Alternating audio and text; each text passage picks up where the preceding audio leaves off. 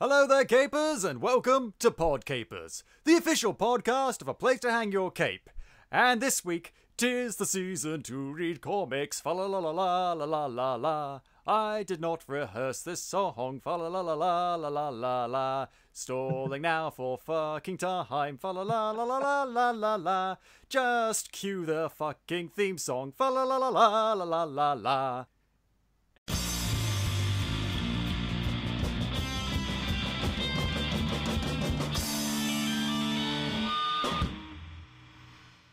Hello there, capers, and as I said, welcome to PodCapers, the official podcast of a place to hang your cape. My name is Scott James Merridew, and this is the show where we talk about various geek and nerd-related topics, and are joined each week by a very special different guest. Now, he's been on the show many times before. He is the official sidekick of a place to hang your cape. Please give a warm PodCapers welcome to Frank McNamara. I was expecting our audience to just erupt in applause, but the deafening silence speaks volumes, I guess. Hi, Scott. I will edit in applause. That's what I will do. No, I won't. I don't do that sort of thing. I think we should use that improv Christmas intro as like our new Christmas jingle. Just keep on. If I'm going to come up with a Christmas jingle, I'm going to go full out. You know me and my song parodies. I'm like, you're a mean one, Mr. Scott. You really are a geek. Something like that. Well, David and Mark were telling me about your weird adventures you were having in some kind of weird musical land. I couldn't quite believe it. Tell me this. It was weird. Oh, it was weird to experience, believe me. Oh, jeez. But we're not going to talk about that. We're going to talk about the anniversary you've got this year around this time. Isn't that right? Well, around this time marks 3 years since I became a Place to Hang Your Cape's official sidekick.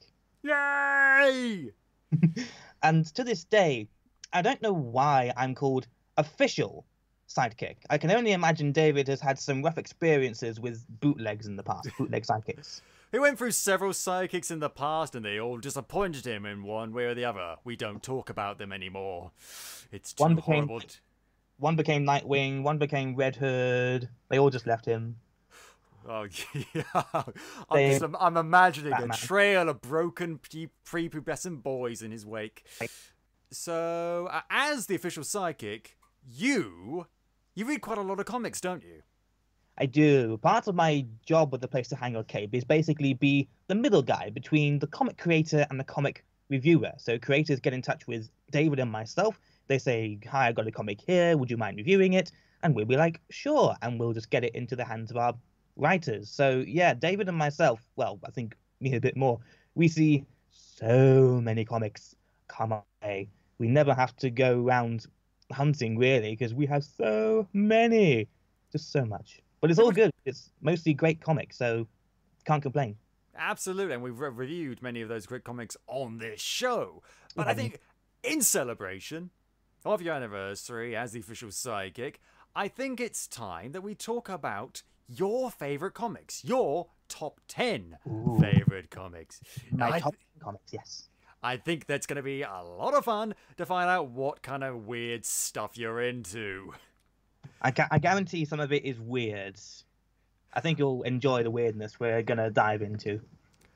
Oh, joy. You know, as I said in the beginning, 'tis the season. So, let's start with number 10. Number 10. Right then, we have a little something called After the Gold Rush by Miles Greb. I think I should probably point out at this point that I will probably not have heard of most of these. So explain to me what the Gold Rush is. After the Gold Rush is... After the Gold Rush. It's a very cryptic, mysterious comic.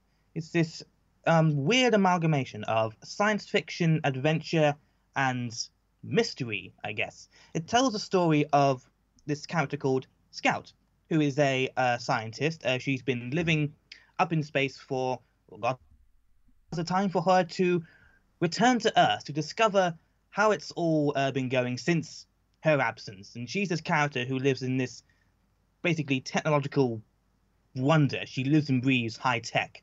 And she returns to Earth only to find it's regressed, basically, to very not well prehistoric times really. Everything is very regressed into superstitious lore. It's as if the world has, instead of advancing, it's just fallen back in time, and it just follows her, well, perhaps misadventures in just discovering why the Earth has become the way it is.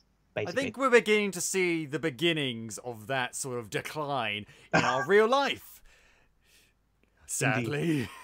Actually, that sounds interesting, because so she came from a technological world and just seen it all go to crap. Because usually, when it comes to science fiction, we either see a technological golden age, or we see, you know, the world's gone to shit. We don't see it starts to be quite good and then goes to shit. So that would be interesting. Yeah. Either that, or you could say that it's a really weird sequel to Kill a Mockingbird. Well, who knows? It might be inspired by that. Who knows?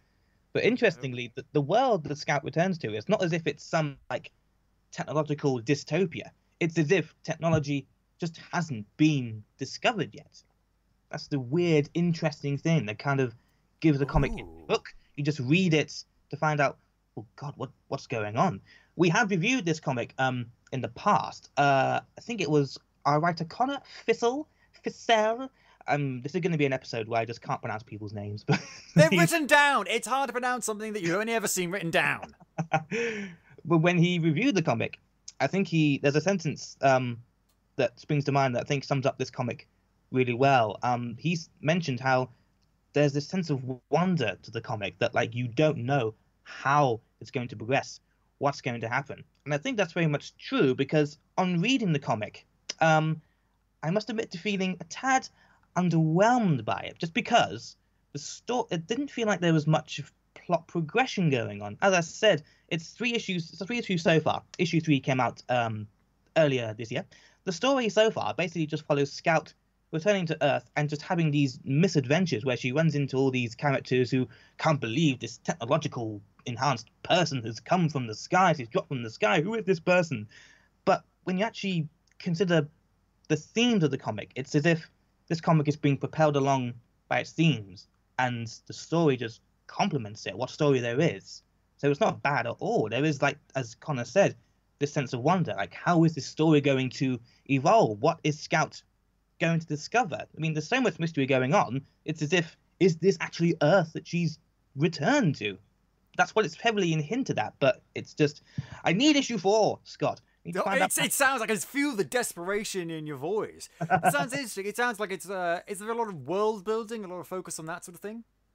There is. As I said, she returns to Earth, and it's all this nothing but lush green lands. And she just travels across this land that she can, meeting all these characters. Some are fearful of her because of obviously how technologically minded she is. She wears this exo spacesuits, which, well, I say wear, the way it's drawn, it's as if she, like, not just wears it but lives in it, emphasizing the idea that she's just this so in tune with technology and she's so disconnected from this world, like she literally is from another world. But so she meets so many characters. Some are fearful of her, like they can't quite believe this person has arrived from the sky, from out of nowhere, it seems. Others are more curious about her. They want to perhaps not so much befriend her, but just find out more, which I think are kind of very sort of primitive reactions to this person, which again emphasizes this regressed pre-technological... Poke it with a stick! That's pretty much what they do, only rather than poke, they throw sticks and knives and axes at her and bows and arrows. So these lab safety guys, prehistoric lab safety. You've got to, you can't just go up to something and poke it. You've got to throw from a safe distance. Indeed. Which she gets up to all sorts in this comic. So, yes, I would heartily recommend After the Gold Rush for those, for science fiction fans and also those that just like to see interesting themes tackled in interesting ways. Awesome. Well, I think we're going to move on now to number 9. Number 9. This is, well, it's not really a comic, Scott. I'm going to cheat here. Not so much a comic, it's a zine. Oh, a zine. I thought they were pronounced zines. Oh, no. How that doesn't make any sense. It's like magazine. So Yeah. obviously it's zine. Why would I think it's zine? What's wrong with me? Brain, what are you doing up there? Clearly, I needed to come on the show today, Scott. Set me straight, absolutely. So what is the difference between comics and zines? Oh, God, I shouldn't have said that. I hope you're going to ask me that. Basically, zines are much more handmade, I think. Yeah, so I think that's the main difference between zines and comics. And when you read What Is Home, you can really see that handmade quality about it. Not that indie comics don't also have that aesthetic beauty to them, but zines, I think, take it a bit more to heart. It's a bit more, what a better word, rustic, perhaps. That's the word. Yeah, it's a good idea. Yes. Rustic, a little bit more. It's the difference between like getting a chair at IKEA and, you know, making a chair out of your own wood and sweat and tears and splinters. Indeed, I'd love to see the kind of chair that's made from tears. Well, and every time I do anything remotely handy, there are definitely tears involved. I'm not good at it. I won't ask you to make things. No, never. So what is the name of this zine again? It's What Is Home. It's by Anja Uren. Scott, I did warn you that this would be an episode where I just couldn't pronounce people's names. So we have that disclaimer. Yeah, absolutely. Anyway, Anja is a zinist, if that's the word. She creates zines. She's got lots of lovely zines going on her Etsy store. Something that I came across when doing a bit of Etsy window shopping.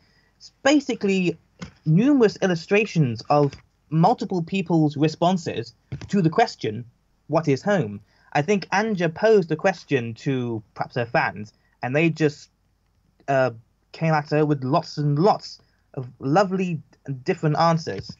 So as you can imagine, there's lots of very like rustic, homely kind of answers to the comic, and thus Anja illustrates those answers and turns them into full-blown sketches, and she matches that very snug rusticness in just so many lovely ways. It's just a really lovely comic to just flick through when perhaps you're snuggling down for the night, I think. Could you give us some examples? I'm intrigued. Some examples. Let's have a look. So, what is home then? So, Anna Beatrix then from Brazil says, home is where the dogs get super excited when you arrive. That's one kind of answer. And then we get more simpler answers. Things like from Carrie Cowdery in the UK says simply, home is the big blue house. Ooh. So there's lots and lots. That's where the bear lives.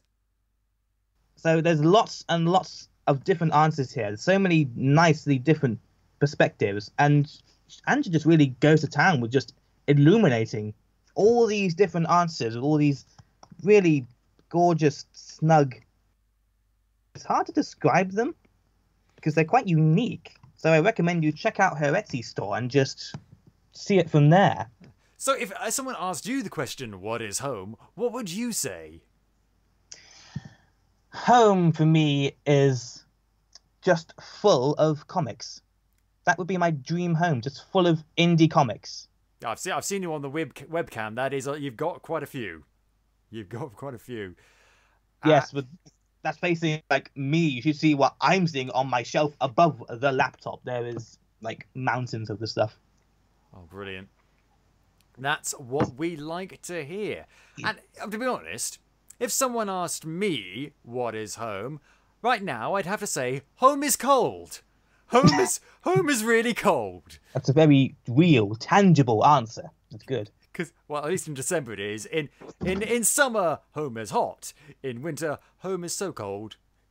So cold. And yet the squirrels are out. That's so weird.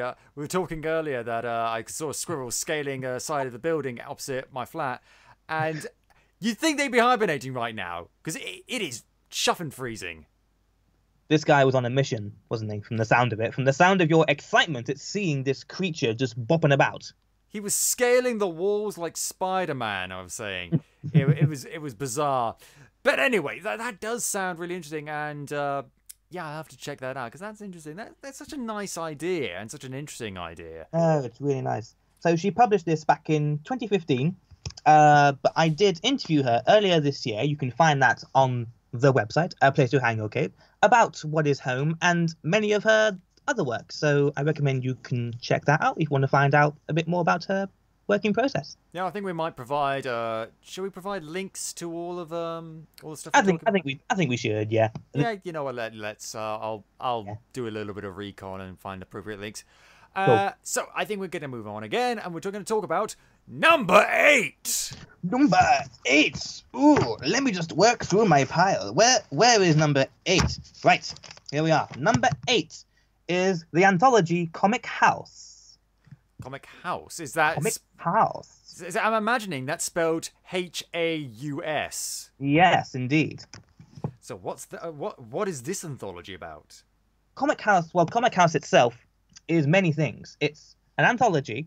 It's an app, and it's a website where you can stream goodness knows how many independent comics. It's described itself as the Netflix of indie comics.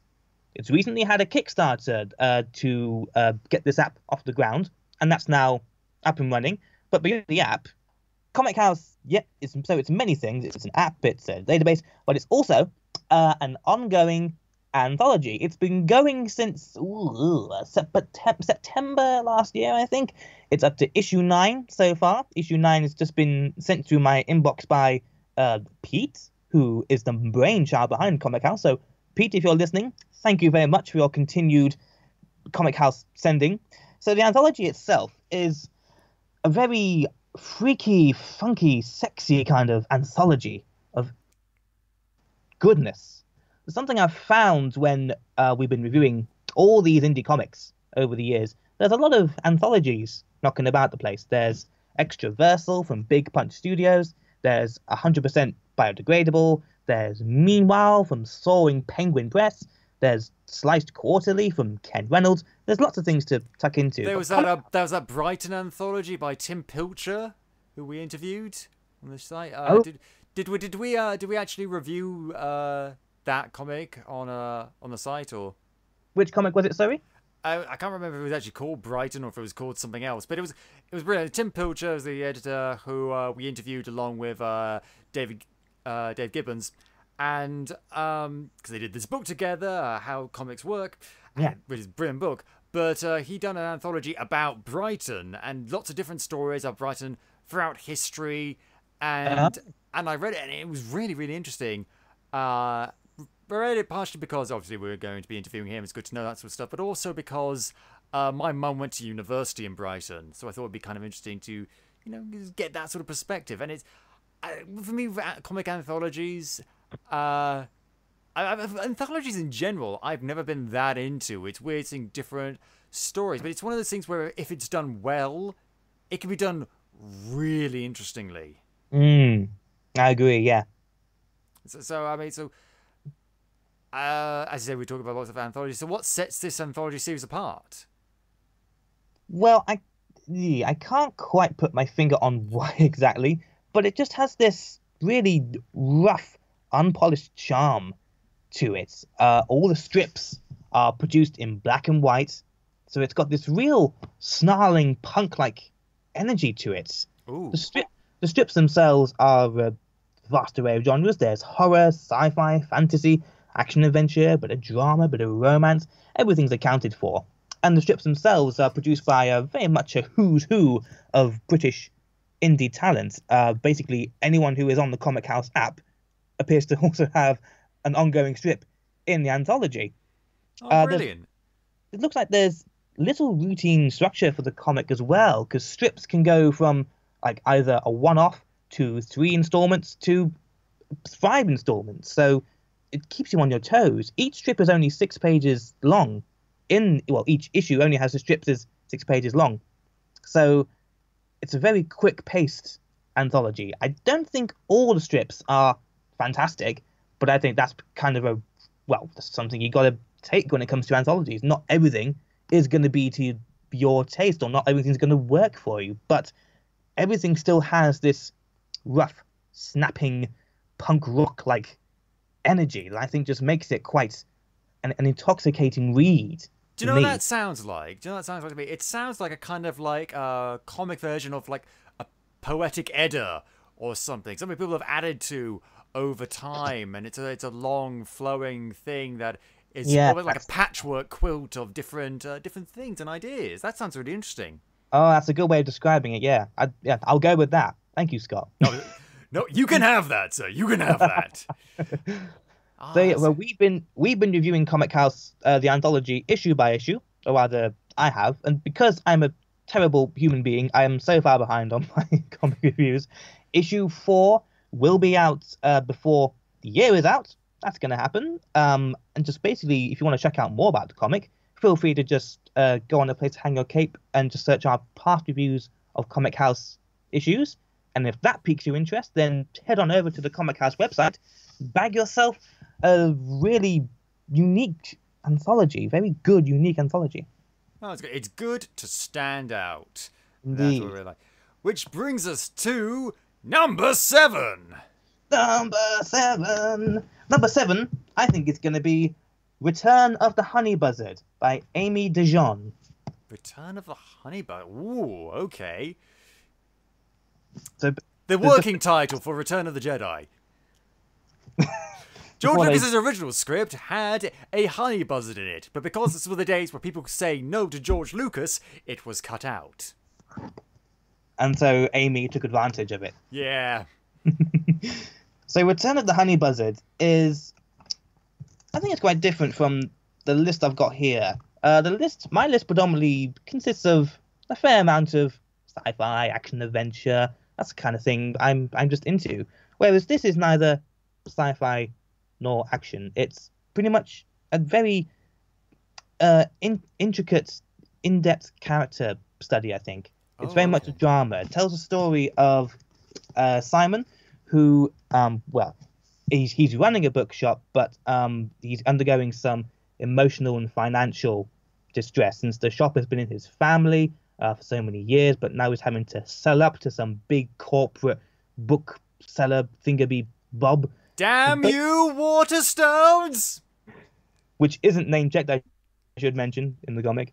But the comic basically follows Simon's, I don't know if mental breakdown is the right turn of phrase, but throughout the comic, we see a lot of flashbacks and hallucinations on Simon's part, past events from his childhood that just bubble up and eventually erupt over the surface, probably caused by all this emotional and financial distress he's undergoing.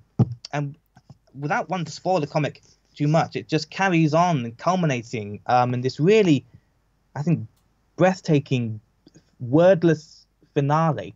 I think just really works for the comic's dramatic strengths. But overall, it's just this really uniquely nice, in-depth, character-driven story.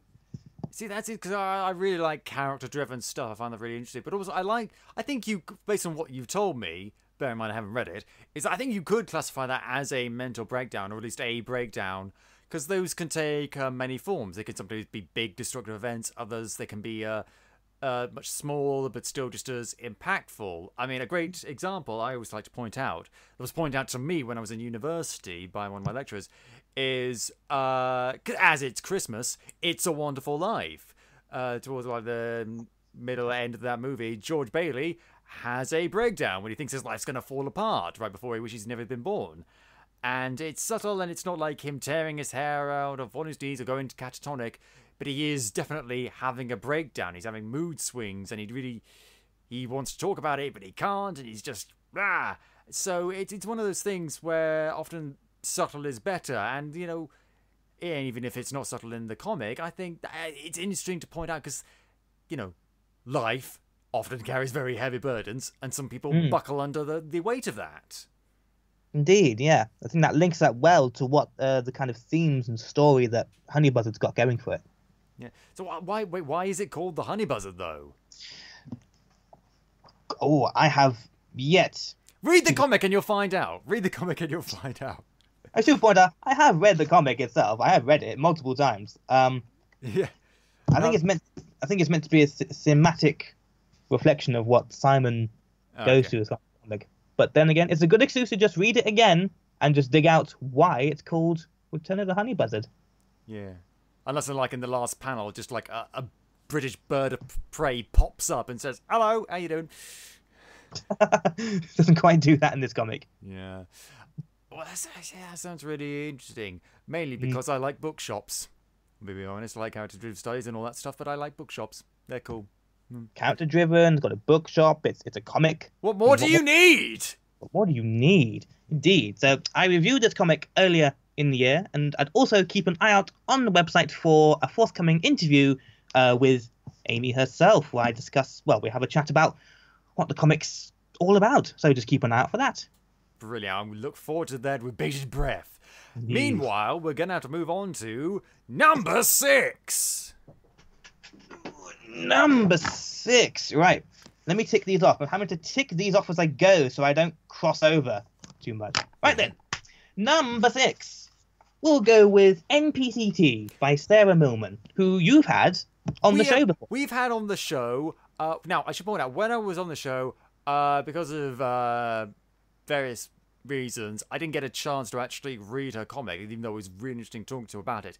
Since then, I have read the comic. In fact, I have them in my flat. I go and get them, but they're too far away. And I'm a lazy bastard. Also, I was like propped up between... So I'm sitting on my bed, Capers, if you want to know my layout. I'm sitting on my bed, and my legs are dangling in between my bed and my bookcase. Guys, he's not on his bed. He's with me in the Place to Hang Your Cape offices. Oh, yes, sorry.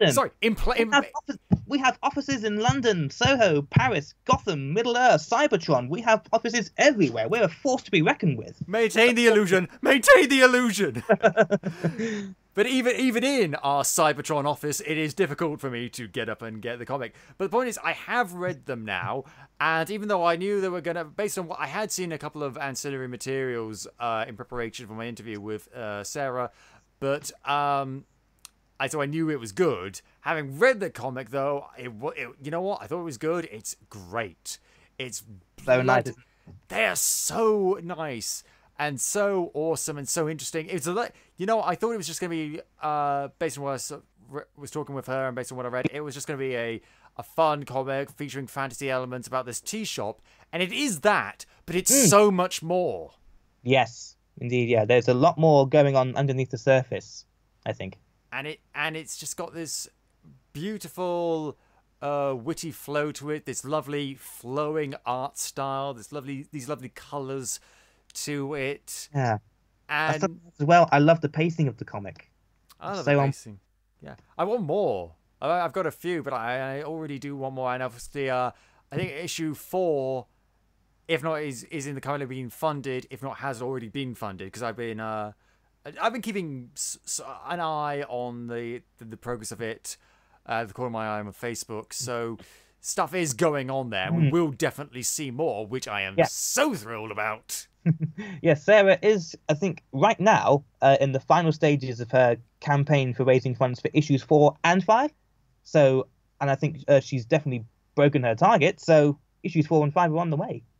Glad to hear it. But if you haven't already contributed, check out our Kickstarter. We will provide links, and it was funded through Kickstarter. Issues 4 and 5, weren't they?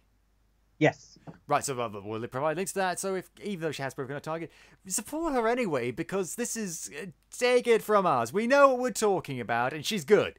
She's good. We've reviewed her web before when she did Out of Time, I think it was called, last comic. Out of Time, that was what beforehand, and obviously we had her on the show. We don't have people on the show we don't like their stuff. Despite my inability to get my hands on the actual comics, I did make sure to check out her stuff just to make sure that she wasn't complete and utter shit, and I was going to have to pretend that I liked her stuff. Thankfully, that did not happen. That did not have to happen, thankfully. Scott, should we tell our viewers what actually is NPC Tea about? Yeah, we should actually. We were singing praises. We haven't. NPC Tea is about this girl who's, believe it or not, even though I do like this comic, whose name escapes me. It's not Gwen, is it? No. Hannah. It's Hannah? Yes, Hannah Naya. Hannah Naya, okay, because I just assume that every single Welsh person is called Gwen. I just assume that. I do like this comic, but I maintain my utter hatred of Wales. And so she lives in a world where fantasy elements are real and part of everyday life. And she goes to work in this tea shop with this beautiful, slightly androgynous elf character, and a fire spirit called Bryn. And I think you find that every Welsh man is called Bryn. This is true. Don't question me on this.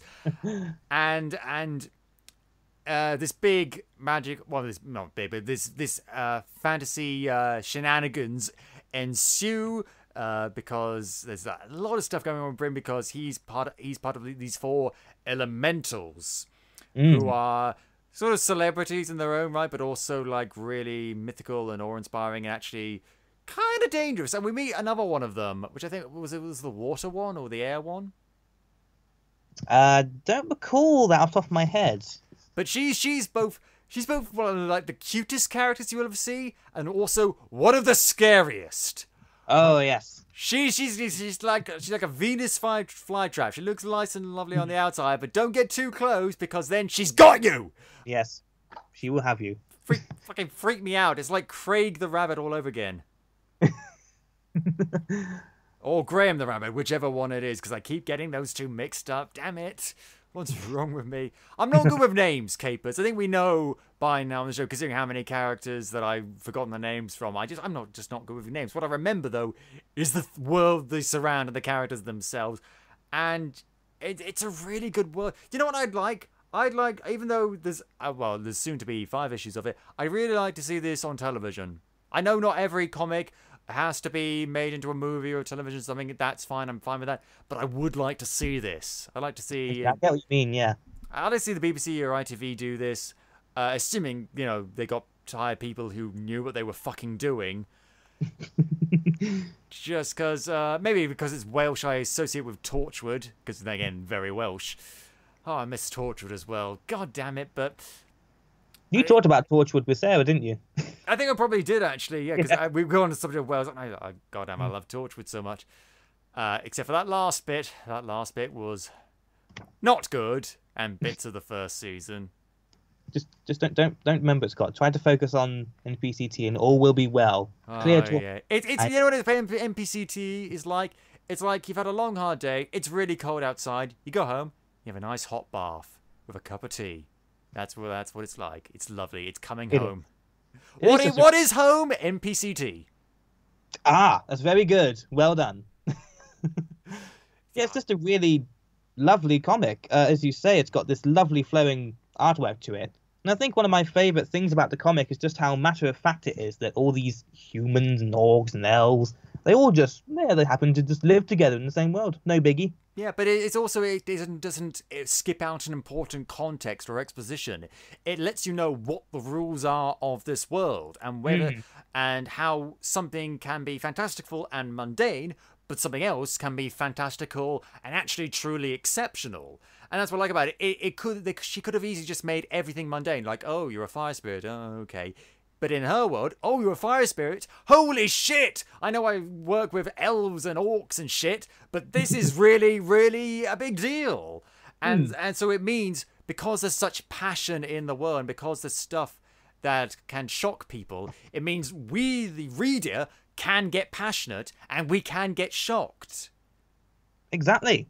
I couldn't have put it better myself. Yeah, because, I mean, there are a lot of stuff out there where, like sci-fi stuff and fantasy stuff, where people treat it as very mundane and very ordinary and average, and then that just sort of mutes the world and the world building and the lore, and then you're just focusing on what's the plot and the characters, and which is fine if you've got great plot and characters like NPC Tea, but if you don't, it just makes for a kind of like a generic experience, despite the fact you're trying to make it stand out. And thankfully NPC Tea, if it were to focus just on its plot and its characters, just to rely on that, it would do very well, because these are very likable characters. But Sarah's got that balance, I think, between characters and world building. Yeah, I really like it both, because I mean, I say anyone, not everyone, but anyone could write a story where it's just really good characters in an ordinary setting, and anyone can create a really interesting world. But if you bring the two together, then you're Tolkien levels. That's what you're doing. Indeed. Yeah, And we honestly, I could gush about the comic all day. David Malowski sent me a bunch of comics a while back, and NPC Tea was in the big box of comics. In fact, I think it's actually still in the box. That's why it's so far away. And it was difficult to dig through. And I was just so glad to finally get to read them. And it's something. And you know what it is? It's one of those things. I have lots of comics, lots of graphic novels. Very few of them I will reread. I'll read them once, I'll enjoy them, I'll put them away, and I probably won't pick them up again, or at least for a long time. NPC Tea is something I will pick up again, and I will read again, which I think there could be no higher praise. Like an old friend, you keep going back to them because you like hanging out with them. Exactly. But I think we're going to move on now to number 5. Number 5 is something called Midnight Man, by Mo Ali and Andy Blore. This is the only, I think it's the only superhero title in this list. And Scott, I think you'd really like this. This is a very witty, sharp, on-point, Douglas Adamsy type comic. That name is the magic fucking word for me. Douglas Adamsy. Yes! I should point out this Midnight Man doesn't go around wearing a dressing gown and carrying a towel. Well, okay, Douglas Adams wasn't defined by the fact that he made his character wear a dressing gown, which I should point out didn't come about until the TV series of Hitchhiker's Guide to the... I remember reading the book and thinking, where's his dressing gown? Yeah, because when the radio series, which was first, you didn't need to think about that sort of stuff. But obviously when the TV comes around and you've got to think about costumes for the first time, yeah, just stick him in a dressing gown. It's fine. But the great about Douglas Adams was the lore and the wittiness and the procrastinating tone and style and structure. And great thing about that is that can translate very well into other forms of writing and other stories. And that's one of the reasons why I like Terry Pratchett and other people like that. And Neil Gaiman and that sort of general wit and warmth and wonder and just a teeny weeny drop of not necessarily nihilism, but certainly cynicism or something like that, or sarcasm that I really like. That's an interesting word you used it just before. Procrastination. It is a hard word to say. It is a hard word to say. But it's good because that's kind of sums up what Midnight Man is all about. I don't mean to say it's a lazy comic. I mean, it's I mean, Leonardo da Vinci procrastinated all the time, but he wasn't lazy. He wasn't, no. But Midnight Man is just bursting with so much humor and soul against its pretty stony-faced vigilante goings-on that it just makes for a very quirky, amusing read. That sounds interesting. I mean, Midnight Man. You know what? I think trying to go back through my inbuilt brain encyclopedia of superheroes, there have been many superheroes with the name Midnight in them. Not one of them, I think, is actually called Midnight Man. Oh, really? Well, I mean, I could be wrong with this. Capers, if you want to look me up and prove me wrong, by all means, do so. But I can't think there was a Dr. Midnight, or... Oh, that sounds familiar. Or I think it was like Dr. Mid-Night. With an N-I-T-E or something. Oh, I think that was a DC. But I could be completely wrong with this, but I can't remember a Midnight Man, which is interesting because I mean, as someone who is working on in the background sort of his own superhero sort of stuff, coming up with superhero names that haven't already been taken is really fucking difficult nowadays. Like 70, 80 plus years of superheroes. Yeah. They're going to get snapped up. They do get snapped up. And then I know Marvel and DC have a couple of superheroes that have similar names, but I don't want to run that risk. And it's very hard to do that. So if they did manage to come up with Midnight Man and it's not the same as anyone else's, then A, well done to whoever wrote this comic, and B, kind of shame on Marvel, DC, and all those other people for not picking up that kind of obvious name. It's a very hooky name. Midnight Man is a superhero who looks like he can do many things. He can time travel, he can fall from buildings at great heights without being injured, he can stop bullets, and he just has pure utter sass going on. Is how he usually deals with the tricky situation he needs to get out of. He'll just use his seemingly never-ending charm to just get out of situations. Because I love me some sass. But it's kind of similar to After the Gold Rush in that it's kind of light on story. I think it opens immediately. I can hear you flicking through the book. Oh, can you? I'm just going through it to see how marvelous it is. But yeah, it opens straight into the action. And we are drip-fed information about the Midnight Man, where he comes from, how he got his superpowers, like what is his mission he's on. But in general, it's a comic that's just driven by a lot of soul and humor, I think, and still plenty of action. And Andy Bloor's artwork I think, really complements the style of writing. It's all in black and white, very thick, very robust. Midnight Man himself has a very convincing appearance to him. He's a trench coat, great big thick boots, and just a mask with an arrow pointing upwards towards his forehead, as if the clock is about to strike midnight itself. Oh, mysterious. Very nice. God, it reminds me a bit of like Rorschach or something like that. It's Yeah, he does look a bit like Rorschach, actually. that's a great. I mean, that's a great thing about Watchmen is one of those things that a lot of the superheroes in it or vigilantes were designed to be emblematic of lots of different tropes. So there's lots of different carry on to other sort of things, and that sounds interesting. So, I mean, would you say, based on what you're telling me, would you say it's kind of like a deconstruction or a homage to various superhero ideals and motifs?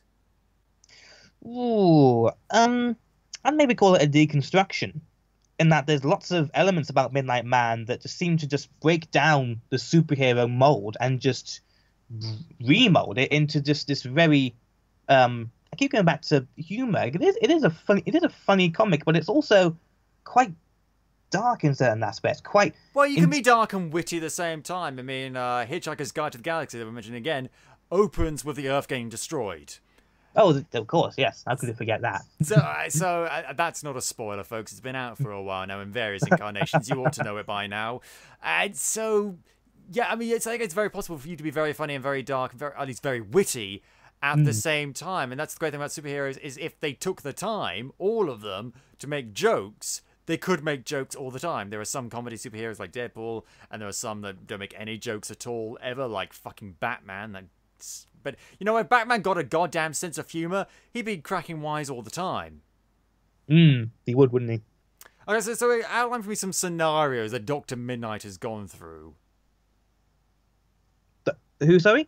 Some scenarios that he's gone through. What sort of enemies has he faced? What quandaries has he encountered? Well, Volume 1 opens with our hero, the Midnight Man, crashing through the face of Big Ben, being pursued Why do people always destroy Big Ben? What? It happens quite a lot in this comic, actually. Big Ben plays quite a big role.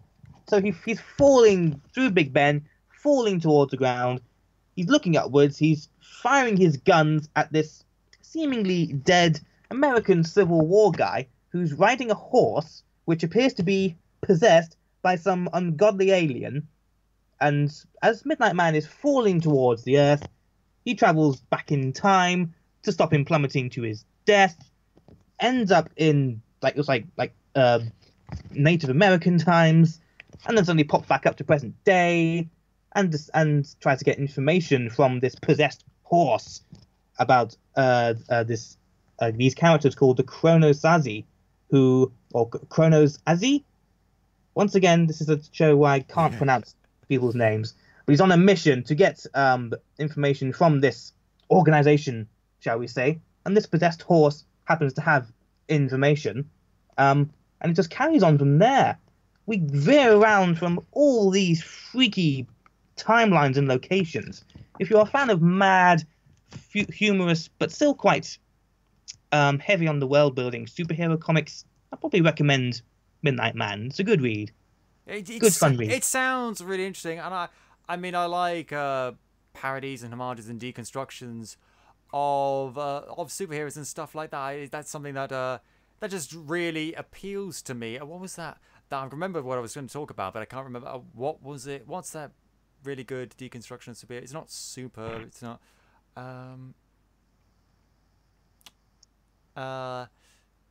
Oh damn it! I can't remember. But I just really like it when someone takes this idea of a superhero and just uses what we might call generic tropes, but takes them and makes them into something unique and something new that we can actually enjoy all over again.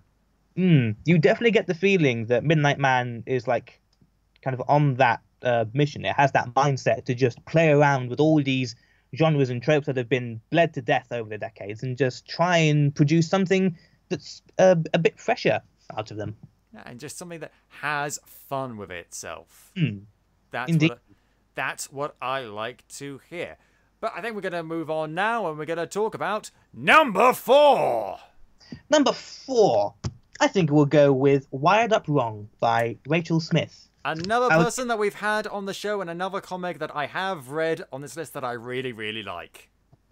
Indeed. So, not superhero, not action, not adventure, not sci-fi. It's mental health. All about mental health. It's a series of autobiographical comics about Rachel's life and what it's like to live with mental health issues. And it's like heartwarming and heartbreaking at the same time. It's just so nice to have a comic that tackles these taboo type issues. Yeah, but by tackling it, she makes it not taboo, and she opens up a conversation about it. And exactly, yeah. And we've had on the show twice, and we've had some really great conversations about it. And it's one of those comics. I mean, I like reading those kind of comics. Talked about it before, like Garfield and Farside and stuff, where it's just like you flick from one thing to the other and the other. But this one, it's no matter how heavy the subject material gets, no matter how much in the comic she goes through, there's always this element of she's persevering through her humor. And because when the personification of her depression, Barky, is getting the better of her, she's just like, every single one of the strips and the panels has a little caption underneath, and whenever something like that happens in one of the panels, it's just like, "Fuck you, Barky," or something to that. She said it in a much more eloquent and much more witty way than I would. Yeah. If I was being haunted by a physical manifestation of depression, I'll be just like, "Fuck you, man." But she's a bit more witty than that. Yes, indeed. Yeah, good job I'm not writing a comic now. But it is just such a nice thing to read because, as I say, it tackles that mental health issue, and it's just a really fun comic in itself. And what I really like about it is that it doesn't squander like the impact of living with depression for a few cheap laughs. They work in tandem together, the comedy and the realness, the depression. It all works together. Yeah, and it's just so good. It doesn't sacrifice anything. It doesn't get too maudlin. It doesn't get too lighthearted or focus on things. It's just something that, as you say, it works. It blends it together, and it's balanced. And so it can be so funny and so uplifting, and as you say, so heartbreaking. And all these things at the same time, it's perfect. It's like a perfect recipe for cake. All the ingredients come together, and you have a lovely Victoria sponge.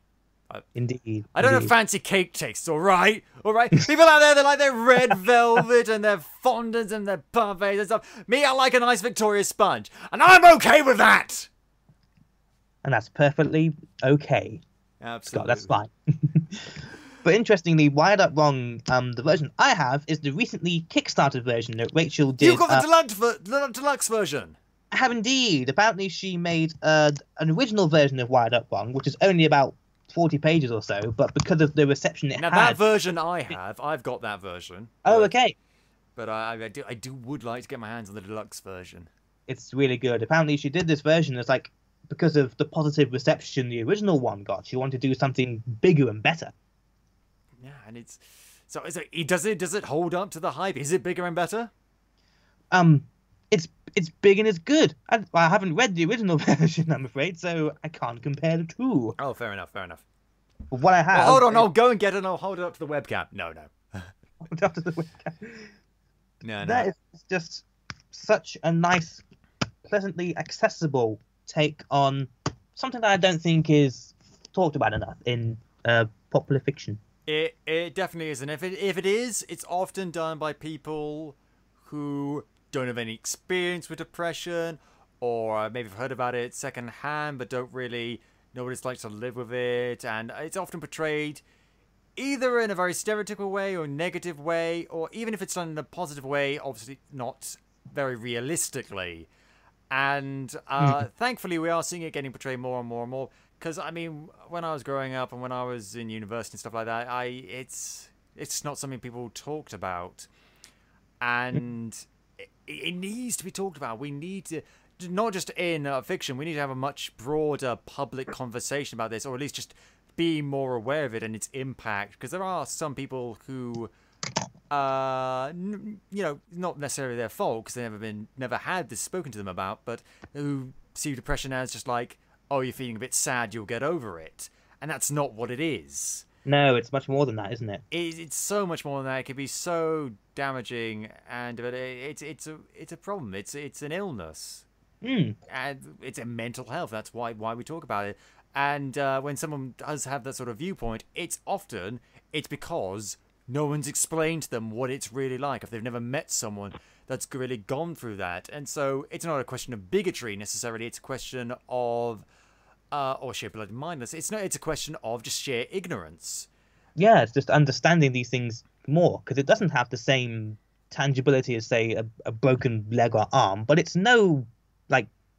it still can be just as painful as that. It can be, and it's hidden. That's why we don't have to talk about it. And I was the same once. I didn't know what it was like, because you know, we had, you know, health education in school, you know, and we never talked about this sort of stuff. I'm 25. I'm not exactly old. It wasn't that long ago that I was in school. I left school at 18 in 2010. So, you know, 7, nearly 8 years ago. And yet we didn't talk about that kind of stuff. And so I'm glad we are getting much more aware of it, but this is the sort of thing that we need to talk about more. It needs to be taught in schools more. The younger the better, honestly. I mean, yes, don't necessarily have to talk about it with 5-year-olds, because maybe they were not going to grasp it, or they're a bit young to hear about some stuff, but we need stuff like this. We need to teach, we need to understand better, and we need to talk about it. And there's always going to be some people, some bastards, who don't take it seriously, but, you know, most people, 9 out of 10 people, are going to realize, oh, okay, that's what it's about. I get it now. And when we do that, it's not going to make it any easy. Well, it will make things, I think it might make things a bit easier for people who do suffer it and similar mental health problems, simply because when more people know about it, it's less times they've got to explain the damn thing, and B, it means they have more access to support, and more people who, even if they haven't gone through it, can know a little bit about it, so can, if not help them, at least be there for them. Yeah. Because often it's not a thing that you can really help. It's something that you have to just go through. But that's much easier when you've got people surrounding you that know what you're going through. And the more you talk about it, the easier it becomes to discuss, and therefore the more easier, I guess, it will become to just understand it just a bit more. Yeah, and it means more people going into jobs and fields where they can provide actual support, like a therapist and psychologists and doctors and things like that.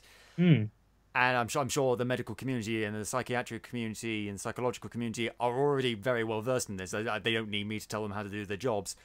But the more ordinary people, for want of a better term, know about it, the better off we will all be. It won't fix the problem. It just make it slightly easier to live with. Exactly. So it's getting that understanding just a little bit more, like baby steps. And you know what? That you can say that about anything. There's lots of. We're learning so much about society and people and the world we live in nowadays. The world is really opening up in just the last couple of years, and you know, maybe it's not really that the world's opening up. It's just that I'm learning about it. I don't, because a lot of the stuff I don't know. You know, did everyone always know this? And I'm just figuring this out. But again, it's one of those things where, whether it be mental health or gender identity or anything about, you know, humanity and the world we live in, the more we talk about it and the more aware we make each other of it, the better off we will all be. Indeed. Good words. Well, this is getting heavy, unexpectedly heavy, Scott. Well, I think it's heavy, but as I say, there's a light at the end of the tunnel. There's always hope. The more we talk about it, as I say, the better off we'll be. And it is heavy, yeah, but the more we talk about it, the more normal it becomes. Not that it isn't already normal. It is perfectly normal. It's just people don't know that. Yeah. And so once we get to the point where most, if not everyone, knows about it, then, you know what, we'll all be fine. Well, we won't might not be fine, but we're better off than we are now. So by talking about it right now, you and me, we are doing something positive, I think. Indeed. I think we're doing the bare minimum. Let's not overstate it. We're not. This isn't some grand. Don't crown us like the kings of acceptance or anything like that.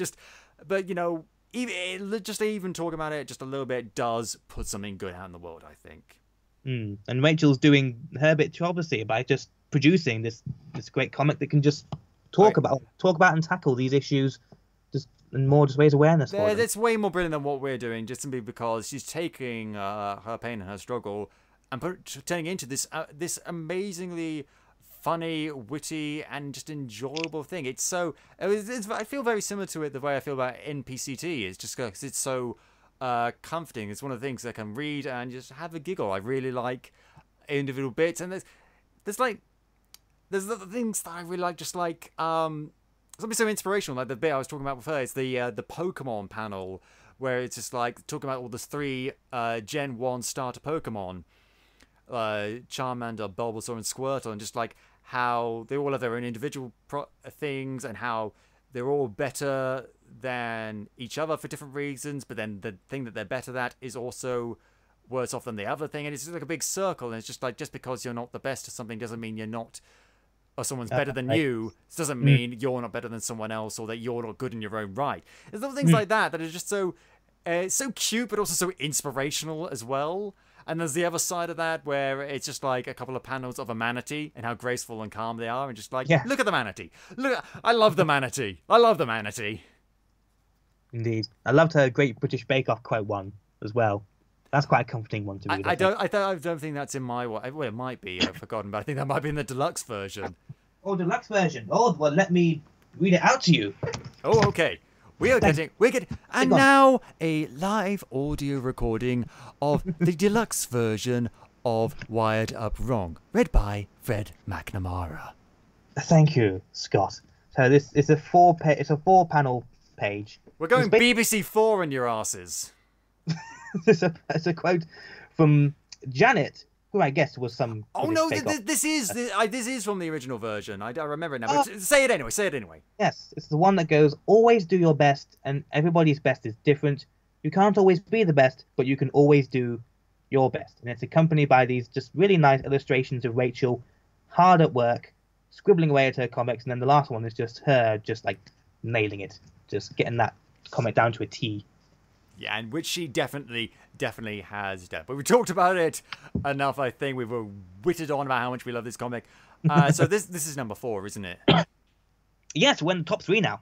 Okay, well, so top 3 now. We're moving on to number 3. Number 3. So, from the real world to just sheer escapism, at number 3, we have 7 String by Nick Angel.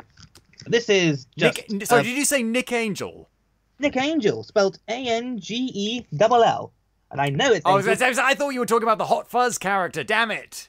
No, I'm pretty sure that's how it's spelled, pronounced, because I swear I've heard his name being pronounced on another podcast, and they said Angel. So I'm going to pretend I got it right for once. Name pronunciation. I'm going to pretend that I managed to nail it for once. So well, hopefully we'll never have him on the show, and then he won't have to correct us. Oh, God. Well, let's hope that never happens. We just won't invite him. It's fine. Yeah. It's fine. We'll just invite him. We don't care how good your comic is. We don't want you on the show. No, I'm just kidding. You're lovely. I'm sure you love it. But what is this comic about? 7 String. Oh, it's just mad. It's basically Lord of the Rings meets Star Wars meets Led Zeppelin. That's how I describe it. Color me intrigued. These are 3 of my favorite things. So it's this sci-fi fantasy epic. Very epic but traditional story of hero versus villain, but it's brought to life by all these it's unbelievable stuff, Scott. It's all just music that's brought to life by weapons, technology, and entire world. It takes place in this world called Melodia. It's made up of these. Oh, let me get my map out of 7-string. It's made up of these. There's a map. There's a map in the first volume. It has a map of Melodia. I like maps. I like maps of fantasy worlds. I have got the map of Skyrim up on my wall as a poster. I can see all the holes right from where I'm sitting. So the world of what's it called? Melodia. That was it. Melodia. Split up into these four continents basically, and it's just, as I say, unbelievable stuff. Because one is called C major, and then the lower part of C major is called C minor. Then you have Nocturne, the B flats, and Andante. Is that how you pronounce it? Andante. I think I know what you mean. It's like Allegro or Fortissimo. That's the one. Yeah. Yeah. I was in the school orchestra. What of it? And I'm guessing that like the B flats are like these are like salt plains or desert or something. Yes, that's it exactly. It's just full of all these lovely, lovely puns. Because it's a world that's, let's say, built around music, and Zack wields this epic guitar sword called the 7-string. It's a weapon he has to master in order to go on this quest to get his revenge on Lars, who is taking over Melodia for his own devious means. Do you know what this sounds to me? This sounds to me like a cross between Brutal Legend, the video game, and that old cartoon, Oscar the Piano. Did you ever watch that? No, I didn't watch that one. I don't know what that is. Oscar, I'm just trying to remember because I watched it when I was a kid. It was about a walking, talking piano called Oscar, voiced by, I think, by Dudley Moore, actually. Okay. And his little rebel band of musical instruments and this one kid who are fighting against this evil dictator who looks like a bit like an evil version of Mozart or something, who has banned music forever. In fact, the opening narration to the theme song is just like villain's name, whose name I forget. Villain's name has banned music forever, but a piano is fighting back. A piano named Oscar. That really sticks out of my mind. I don't know why. On a pure surface level, that's kind of what 7-string's all about. Because it is basically Star Wars, but instead of lightsabers, they fight each other with Led Zeppelin albums. Yay! I mean, I can't think of a better way to improve Star Wars, honestly. Maybe, making an original story for The Force Awakens would be a start, but we'll talk about that when we talk about the sequel to that later on. So this sounds cool. So it is people in this rather than walkie-talkie musical instruments. Oh yes, it's people, definitely people. Right. It's all the various clefs. Each like civilization is referred to as a clef. So like bass clef and treble clef. That's it. Yeah, bass tremor clef, altern clef, treble clef. They're all based around different themes and ideas, and they use technology, music technology rather, to just like influence and emphasize their own individuality from each other. And it's just such a clever way of like incorporating different musical elements into. Well, there's the municipality. There's the municipality of jazz fusion. I think jazz must surely appear in this comic at some point. I think it does between volumes 1 and 2. It must do.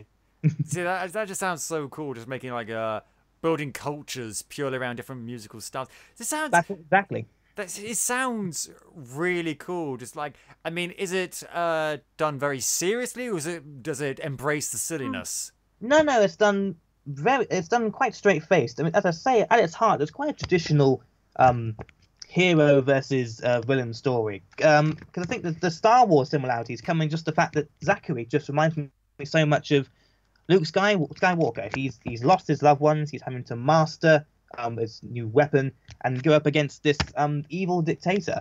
So at its heart, it's quite a traditional. Was it made specifically to be not necessarily a parody, but evocative of Star Wars? It was just a case of Star Wars stuck so closely to the hero's journey and stuff like that that we can't help but draw parallels. I think it's just evocative of that. Yeah, I did interview Nick earlier this year when we were talking about Volume 3 of 7-string, which is being published well, it's actually out now. It's been published throughout this year, chapter by chapter. And I think we just did talk about how the comic in general has just this really nicely evocative themes of just these traditional hero versus villain story tropes. But it doesn't feel cliched, really. It just feels like more of a homage rather than a parody or like a cliche or whatever.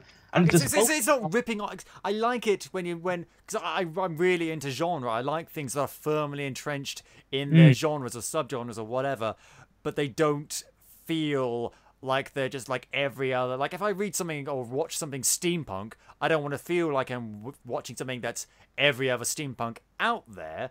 But at the same time, I want to see something that really does feel like a steampunk. It isn't trying to reinvent it. It is steampunk, but at the same time, it feels new. That's what I like about the sound of Midnight Man. Is the idea that they can feel so familiar, but also so unique. Yes, that's a nice way of connecting the two, because I think Seven String definitely just has that going for it. It's bolstered along by all these wonderfully freakish and original puns and inventions about how music is just embedded into all these individual societies that make up Melodia. And it's just really nicely illustrated as well. There's so much color and shape going on. So it's just really nice to just look at alone. I mean, the fight scenes, there's endless fight scenes where characters use guitar swords, keyboard machine guns. It's just really fun to just look at the fight scenes Violin, alone. Bows and arrows, I don't know. It's that kind of thing. Oh, that sounds so cool. Is there a lot of actual, music incorporated into it? Are there people singing and doing songs and stuff like that? No actual singing or dancing is actually done much to destroy villains, I think. Oh, yeah. People do use their weapons to, like, emit, like, guitar solos to take down villains. But it's going back to earlier what we said about it being like a parody or something. It's definitely not cheesy at all. Like the characters, no. They don't break out into a Disney-style dance number where the plot just stops for them to sing. It is quite straight-faced for all its colourful craziness. Yeah, it's colourful and crazy, but it takes itself and what it's talking about seriously, which I like. I like that you can be silly, but also take being silly seriously at the same time. Yeah. Because it's very easy just to, like, do it really obvious, like, oh, this is Star Wars, but with musical stuff and Lord of the Rings and blah, just throw that together. But it's when you take these ideas seriously and you try and provide legitimate parody. Because that parody, it's an underappreciated, I think, way of storytelling. Because, there's so many great parody films out there that I really like. And there's so many shitty ones that aren't really parody films. They're just, like, well, basically reference films. It's like those that date movie and epic movie and superhero movie. All those things, yeah. Oh god. They evolved out of like the Scary Movie franchise, which started off actually being kind of an interesting parody sort of thing. It was kind of funny, but quickly devolved into just basically like copying lots of various horror movies and just making fun of them. Yeah. Which was fine in itself, but that's not parody. No, I remember seeing a couple of those, and after a while, it didn't feel like a parody. It was like just a checklist of going through all the like tropes of all these genre movies, thinking, "Hey, look, do you remember these film things? Yeah, sure. But like, what's your point?" Yeah, you like go to Mel Brooks for fucking parody. Go to the Zucker brothers for fucking parodies. Do you love me some Airplane? You know what? I even like me some Airplane 2. Airplane 2. I think I've only seen the first one. If you've seen the first one, you don't need to see the second one. But let me put it this way. Airplane 2 has William Shatner. Is that good or bad? I couldn't tell if you... It depends. It depends on your perspective. For some people, that would be really bad. For some people, that would be really good. For me, it's just like, he's in it.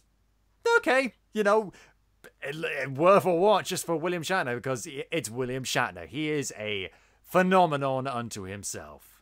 And you know what I also like? I like Dracula Dead and Loving It. I'm just going to say that. I love Dracula Dead and Loving It.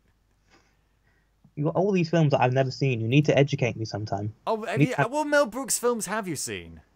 Let me just find out. Were you about to ask who's Mel Brooks? No. Good.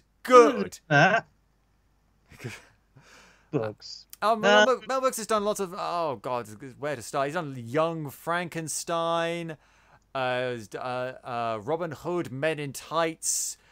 Oh, I think I've seen that one. We're men in tights, tights. I mean, again, Robin Hood, Men in Tights, and Dracula Dead and Loving It aren't some of his best work. In fact, they have something which I call the Mel Brooks second act slump, which is towards the end of the second act. The plot just almost grinds to a halt, and it's just like a couple of really sort of naff jokes, and it's a couple of quiet bits, and it's kind of bad. But the rest of the movie is really, really good. But he's done so many other stuff. He did the Producers, and he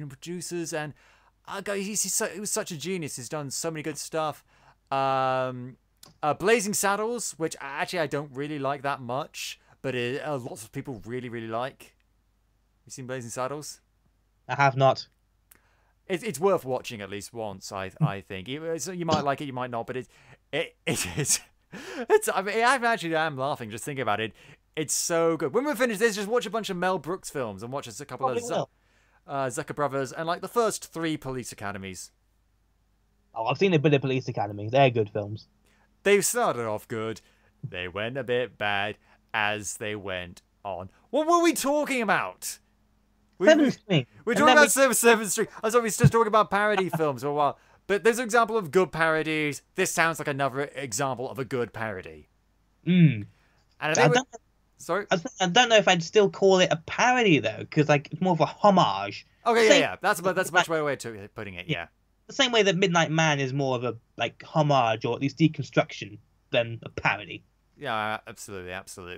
But I think we're going to move on now. I think we're going to talk about number 2. Number 2, right. This is the weird one that I mentioned earlier.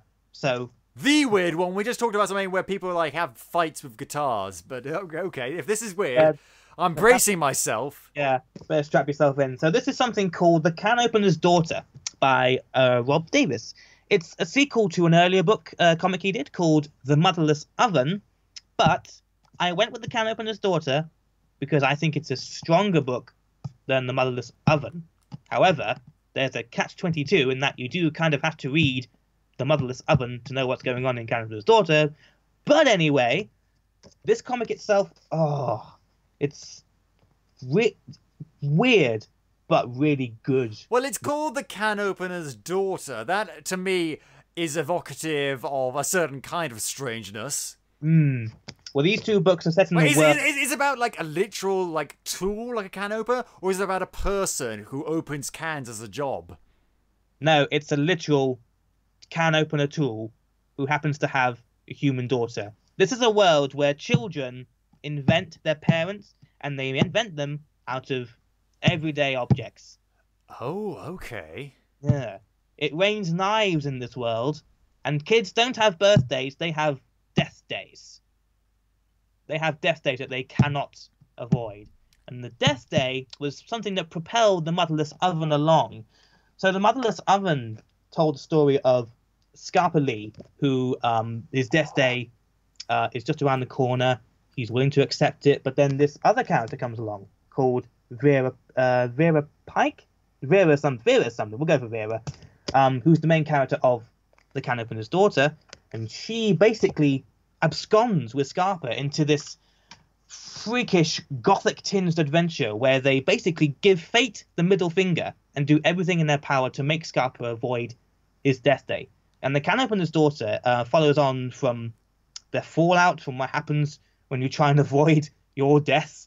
The first half of the comic is basically a flashback to Vera's life and how she grew up with her mother, who is the weather clock, and is also the megalomaniacal Prime Minister of Chance, and her father is, of course, the Can Opener, while the second half just carried on with the story established in The Motherless Oven.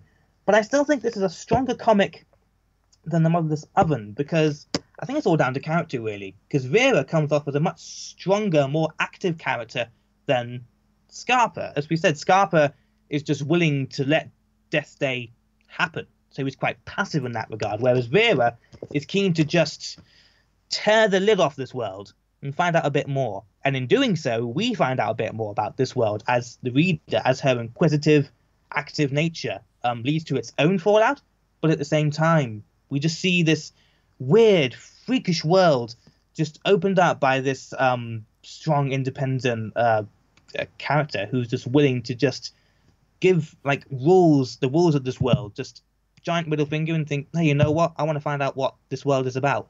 And so do we as the reader. That sounds so... I want to find out more about this world. I'm wondering, like, is the umbrella industry in this world, like, going really strong if it rains knives? I have to remind myself how they avoid the knives in the Motherless Oven. I can't remember how they avoided them. They just stay inside, I think. Just wait till it stops raining knives. Stay inside their homes.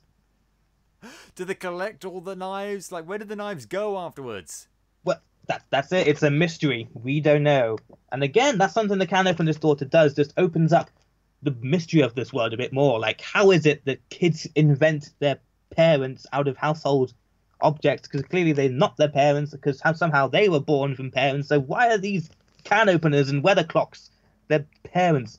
Oh. See, this sounds really interesting to me, because I mean I've been watching a lot of Rick and Morty lately, but what I like about Rick and Morty is they have all these alternate dimensions and different universes, but all of them are really weird and freaky. But even though we spend very little time in them, we get the sense that they all have their own rules, and even though it's weird from our perspective, from anyone's who lives in that world's perspective, it's actually perfectly ordinary. Like there's one great thing where I think Rick's like running from the authorities, and he goes through this different dimensions, and one's like someone ordering a pizza, then the next world is like pizzas ordering a human, then it's like a phone ordering a sofa, then it's like a sofa ordering a phone, and you can tell, like, just from the people's perspective and the pizza's perspective and the phone's perspective and the sofa's perspective, that it's all perfectly normal. And if you lived in that world and were born in that world, you wouldn't question it in a way. But if you did question it, what would happen? What would happen if we questioned, like, why are houses built with stone? What is stone? What is brick? And we would probably get some answers by probably a very confused and slightly irritated science teacher. But if you didn't get those kind of questions, and people wanted to withhold the answers of how stuff worked, that would lead to some really interesting questions. It would. And I think that's what the Can Opener's Daughter compared to the Motherless Oven, which establishes this world, and the Can Opener's Daughter just, like, expands on it and just, as you say, questions it. And thus, I think, makes it a more intriguing read, for me anyway. Do you know what this reminds me of? It reminds me slightly of Terry Pratchett's Discworld. Just because, I mean, that's often very emblematic of different fantasy worlds. But this idea of there's all these interesting ideas just hidden below the surface, even of them. And if you blow the top of it, who knows what will come spewing out. And you get the feeling there's this underlying sense of, like, tension in this comic that, like, is it all going to blow up in our faces, this freakish world? What we're going to find out about it? Like, the more you turn the page, the closer you feel you are to just finding out, like, what is this? Why is this world a thing? What even is this? Why, what, sorry? What even is this? Like, you know what, with the knives thing, we have a water cycle on our world. Is there a knife cycle in that world? How do the knives evaporate and get back up to the clouds? These are all important questions that Vera needs the answers to. Indeed. Well, judging from the end of this comic, without spoiling it, I gather there is a third volume on the way, just given how this comic ends and how it's a sequel to the first one. So hopefully we can just find out a bit more. But for anyone who's after just some really weird, freakish kind of adventure, kind of gothic type storytelling, I can heartily recommend this comic. If you're looking for something truly different, then the Can Opener's Daughter definitely does that. It's one thing to be different and weird, I think, but then I think it takes a certain bit of skill to make that weird, different thing highly readable and just really, really good. Yeah, I mean, anyone can just throw any old shit on the page and say, look, it's weird, it's postmodern. It's just like, if there's not a point to it, if there's not a structure to it, then, I mean, Lewis Carroll wrote nonsense poems all the time, but there was a point to them. And it's not just weirdness for the sake of being weird. You've got to have a point to your weirdness, otherwise, what's the point in reading it? Exactly. You need that kind of underlying hook to make it, well, give it some substance. Absolutely. And so I think finally we're going to end this now with number 1. We can finally end this madness. Number 1. Well, I think it's a bit of an obvious one if you're a keen reader of my work. And I don't know why I said that because I'm sure I have no one who reads my work. But my number 1 comic, Scott, is. You can add in some bongo drum effects, can't you? Bongo drum. I mean, I can add in bongo drums if you like, but I don't think they'll really build up the thing. It is Torsobear by Brett Uren. I've heard this name spoken many times. I don't think you've had Brett on the show. We have not had him on the show. We have not had Torsobear on the show, and I have not read Torsobear. But working in a place to UK for as long as I have, the name has popped up. But it's one of those things that I've never gone around to. Well, we at Place to Hang Your Cape have been fortunate enough to basically follow Torsobear since its very beginning, ever since the first chapter, I guess, from the first anthology was published in another anthology, and we reviewed that on the site. And since then, we've just been reviewing this comic as it's been going from volume to strength, and it's just been a real joy to just be able to follow this. Actually, I think David might have actually sent me some issues, but I haven't got around to them. I'm still making my way through this giant box of comics he sent me. So maybe I have got it, maybe I will read it. But why don't you tell me what it's about? Torsobear is the story of Ruxby Bear, who is a detective, comes to work in the city of Toyburg and finds it just full of political and crime corruptness. But kind of like Seven String, it's weirdly subversive in that everything in here, every character is a toy. It rains lemonade rain. Ruxby Bear himself is a cuddly bear. He's joined by Sergeant Hasbro, who is this like literal toy wooden cop. It's basically just, again, we're going back to this idea of parody versus seriousness. I think Torsobear is the closest we've ever come on this list to it being a parody, but at the same time, it does take itself seriously because there's so many like recognizable toys that are either like referenced or at least parodied in here. From like Late last night, I came across a Cabbage Patch Kid. Her brains were splattered all over this dark alleyway. Stuffing was everywhere. That's exactly what Torsobear is there. I think Brett himself said that Torsobear itself was meant to be like a fusion of True Detective and Toy Story. See, that sounds interesting. It's like, what if Noddy was a hard-boiled PI? What if he was? He would be in here in Torsobear.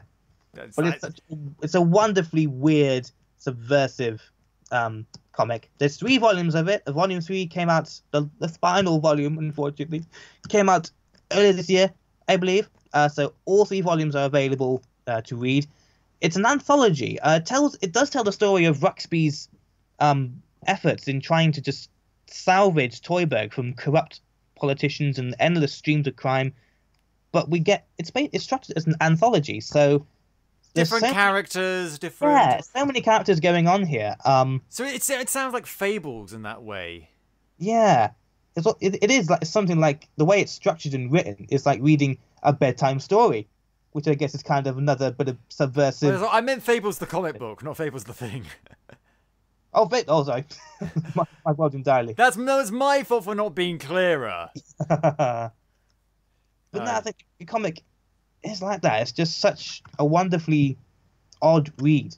And again, going back to the way Seven String is very much playfulness against a straight-faced story. This is pretty much the same. Everything about it is still very straight-faced. It's a very hard-hitting, dramatic story in which Ruxby has to basically toughen up his like cuddly, soft boots in the hard, unforgiving world of Toyburg. Like Volume 2, I think, has him framed for a crime and sent to the Corner, which is this giant toy box full of disreputable characters that Ruxby has actually imprisoned over the years. Just follows him trying to work out who could have framed him. The Jack-in-the-Box serial killer. I put him away years ago, but now he winds his own crank in prison. I don't know. Oh, that was really good.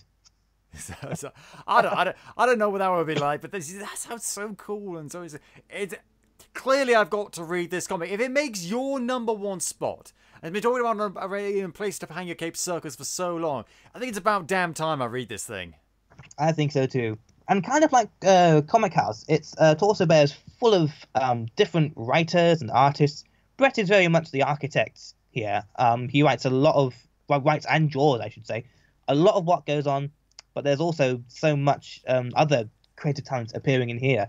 And I think that just adds a lot of depth to the world building of this comic, because again, this is another comic that's just so on point with its world building. And I think a lot of that is due to the variety of writers and artists who just come along and just illuminate this oddly charming tale of crime and corruption and toys. I see, as much as I like creative-driven stuff where it's just one person doing both the writing and all the comics, like Sarah Millman and Rachel Smith and people like that, but I do like it when it's this big thing that people think it's so big that they can bring other creators into it, and sort of share the wealth and share the experience. I do like that. The difference in stories and artists and writers, it does give this whole feel that this is a massive world and a massive story that stretches far beyond Ruxby's own efforts. Yeah, because if you have multiple characters, multiple different storylines, that is sort of conducive to other creators working on it. Yeah, so that it sounds. It's all of this sounds really fascinating, and honestly, every single comic that we talked about is something that I honestly would like to read at some point. Some of them I have read already. Yes, some you have read, yeah. Absolutely, but you know what? It just shows how comics is viewed. I think we said it before. It's viewed as very much as a niche medium. But in reality, it is so big and so expansive and so varied. Exactly. Even if you're a guy person with very selective tastes, you will find something you will like. So I think there's something just more. Perhaps the creators just have more creative freedom when it comes to indie comics and just tackling so many issues. I mean, in this list alone, I kind of made it a deliberate attempt to encompass like lots of different things, like sci-fi, action, drama, comedy, mental health. There's just so much going on. So I highly recommend that you check out not just East End comics, but the whole indie scene. You shall not be disappointed. Yeah, just go to whatever Comic-Con is next to you that you can get into, and just peruse in Comics Village and just see what you find, because you'll never know what you might find. You might find something that that's not really to your liking. You may find something that actually sparks a whole new obsession. You never know. It is an experiment for a lot of people, and sometimes experiments don't yield results. Sometimes they do. You got to keep exposing yourself to new things, no matter what it is. Not just comics. I try to watch new things. I try to read new things. I try to just go new things and take risks nowadays. Because I mean, yeah, you might not have a good time, but you might find something that's really worth experiencing. And that's just a good rule for life, I think. You won't know unless you try. Yep, just try new things, and eventually you will have a good time. And you know what? I've had a good time talking with you, Fred. As always, it's been a pleasure. Thank you very much for having me. So I should mention then that you can find reviews for almost all of these comics. If not reviews, then almost certainly interviews. Sarah Millman and Rachel Smith have been on our podcast, so you can check out those episodes. Yeah, so I think we've covered all these comics in the past. Midnight Man, we don't have a review of Midnight Man up, but we are in the works of getting that in the can. So hold on to your hats, kids. You'll find out more about Midnight Man in due course. But of course, you can always just buy the comic and then find out for yourself. Yeah, see whether you like it. I mean, yes, we like to think of ourselves as the first port of call for many of the more discerning comic book reader to find out, what's good and what isn't. But you know what? You can just find out for yourself, and often that's the thing. Go straight to them, and it's really worth checking out. Now, before we finish, I want to ask Fred. Now, what's the latest on Spectrum is Indestructible? Oh yes, that thing. The thing that to this point I've only been on PodCapers for. Yes. So if you don't know, You've talked about other things. Yeah. So if you don't know, then I'm writing a book all about Jerry Anderson's sci-fi TV show called Captain Scarlet and the Mysterons. It's a book called Spectrum is Indestructible. It's a critical celebration of pretty much everything about the show. The TV show, the comic books, the novels, the audio dramas, the annuals, lots of other stuff. They're all going to be analysed, torn apart, reviewed, whatever you want to call it. But there's going to be character studies, in-depth pieces tackling the themes found in the series. Lots and lots of things for fans to just basically tuck into. It's a nirvana of Captain Scarlet nerdiness. It's going very well. If you want to find out a bit more about it, I've talked about it on PodCapers before. It is due out at the moment, February next year. I think we're still on course for that, he says with crossed fingers. But it is going well. Yeah, we're into the final stretch of the book now, I think, which now I'll probably instantly regret saying. I want it now! But do keep an eye. You'll get it in due course, Scott. I think we will end it there. Thank you so much for joining me once again, Fred. It's always lovely to have you on the show. And thank you for having me, Scott. You've been a lovely host. Thank you very much. And thank you guys for listening. If you enjoyed the show, please tell your friends, shout at them from the rooftops. And if you haven't already, go back and listen to some of our other super episodes that Fred mentioned, like our ones with Sarah Millman and Rachel Smith and so many others.